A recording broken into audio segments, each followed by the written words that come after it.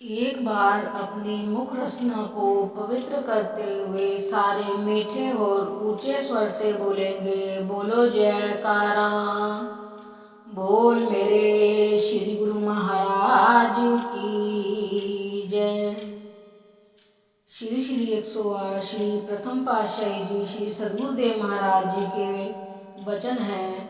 मनुष्य का मन ऐसी प्रकृति का बना है कि जिस पर प्रत्येक प्रकार का भाव अंकित हो जाता है, जिसको संस्कार कहते हैं। मन की ऐसी अवस्था है कि यह निंदा, बुराई तथा अपनी प्रशंसा की बातों को ध्यान से सुनता है।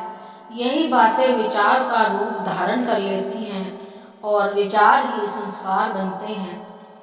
जिस प्रकार घर की सफाई करने में तो अधिक समय लगता है, परंतु कूड़ा करकट बिखेरते समय देर नहीं लगती। अथवा पानी को ही ले लो, पानी में यदि रेत, मिट्टी आदि डाल दी जाए तो वह पानी शीघ्र ही गंदा हो जाता है, परंतु उस पानी को साफ करने के लिए कितने ही साधन अपनाने पड़ते हैं। श्री सद्गुरु जी कहते हैं, आँख कान मुँह ढाँप के नाम निरंजन ले, भीतर के पद तब खुले जब बाहर के पट दे।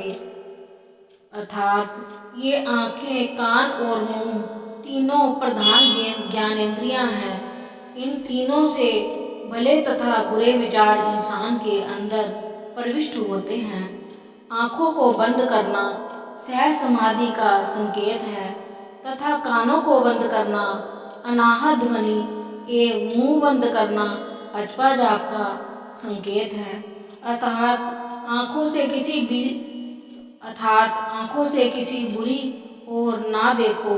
जिस वस्तु को आँखें देखती हैं, इसका प्रभाव मन पर पड़ता है, फिर वह विचार रूप धारण करके संस्कार बन जाते हैं।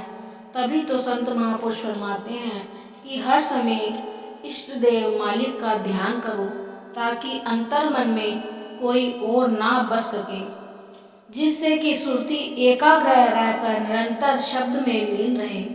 कान के द्वारा ऐसी बातों को मत सुनो जिससे कि दिल में बुरे विचार पैदा हों।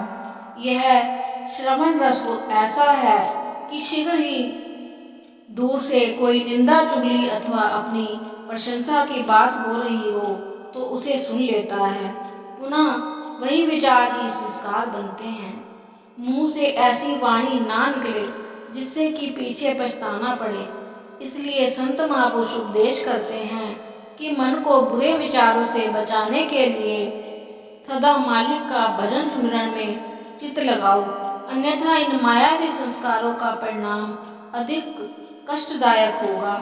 जैसे संस्कार बनते हैं, वैसे कर्म भी स्वाभाविक होते हैं।